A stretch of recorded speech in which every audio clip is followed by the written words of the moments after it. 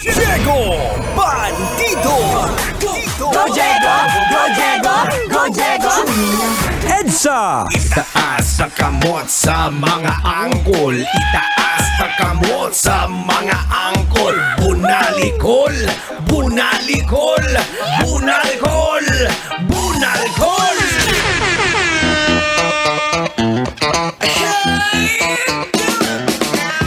Hey, Metro Manila, check your love radio. TikToks. It is now 30 minutes after 8 o'clock in the evening. And we're on to the last and final hour stretch of the show.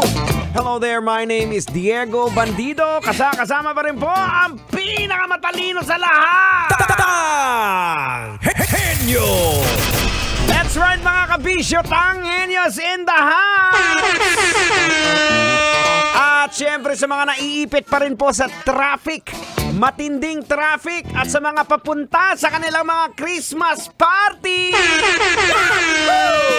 Ay, good luck sa inyo. Sana mabunot ka sa inyong paraffol. At syempre ako, kota na ako this year.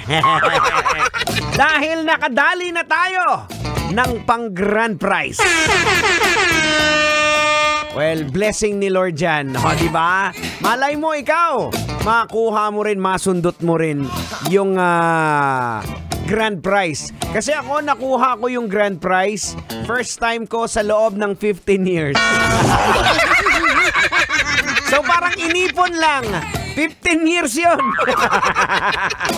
Because mga kabisyo, it's my 15 years on radio dito po sa Manila Broadcasting Company. Started sa way back in 2008. Ayan, nasa Yes FM pa ako noon until na nalipat po dito sa Love Radio. So it's been a hell of a journey. Diba na nakarating tayo until now na nandito pa rin po, nagbibigay ng kasiyahan. Parang Itbulaga lang yan. And speaking of Itbulaga, oh no! Ayun nga po mga kabisyo, kahapon ba yun yung balita na kalap na kinansila na ng Intellectual Property Office of the Philippines o IPOPHL ang trademark registration ng Television and Production Exponents Inc. o yung Tape Inc. sa pangalang Itbulaga at EB. At ayon nga po sa IPOPHL, hindi na patunayan ng tape kung paano nila nabuo ang Itbulaga mark. Samantala, nakapaglabas na po ng testimonya at eksplanasyon ang mga petitioner na sina Tito Soto at Vic Soto at Joey De Leon kung paano nila nabuo ang Itbulaga, kaya sa kanila pumabor ang desisyon. Oh no! Kaya maraming mga Dabbercads ang natuwa dahil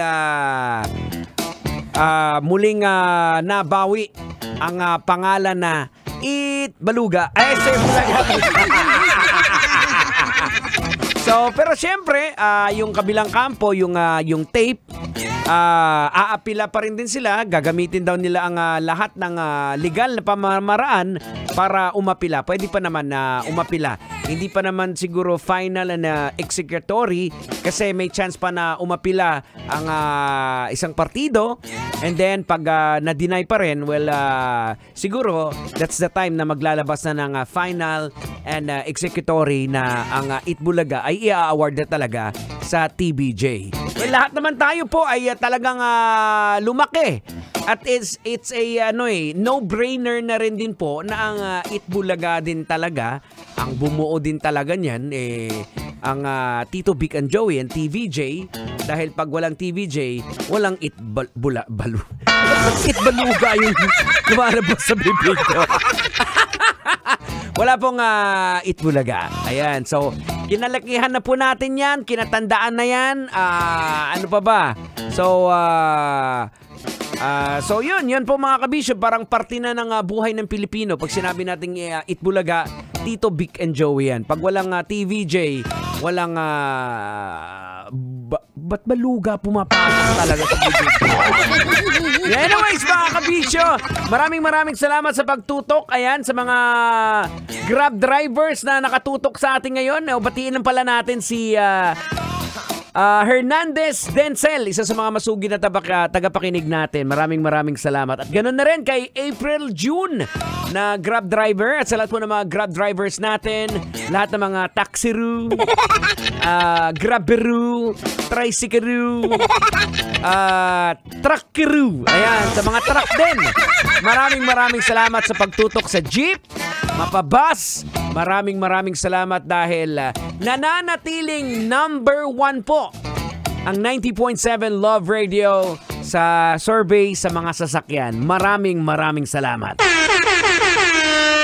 Mabuhay po kayong lahat, kaya lahat po ay gagawin po namin para mapaligaya lang kayo. In short, lipayon namon kamutanan. Maraming salamat. It's Christmas time, mga kabisyo. So that's why we feel all the rush in the street. We see the lights, the carols, Christmas carols, and a whole lot more. Thank you very much, folks. Coming up next, Totoy Bato. Now I'm leaving you with this beautiful song. Everyone, all of us is wishing, with this Christmas, na sana makasama natin yung mahamahal sa buhay natin.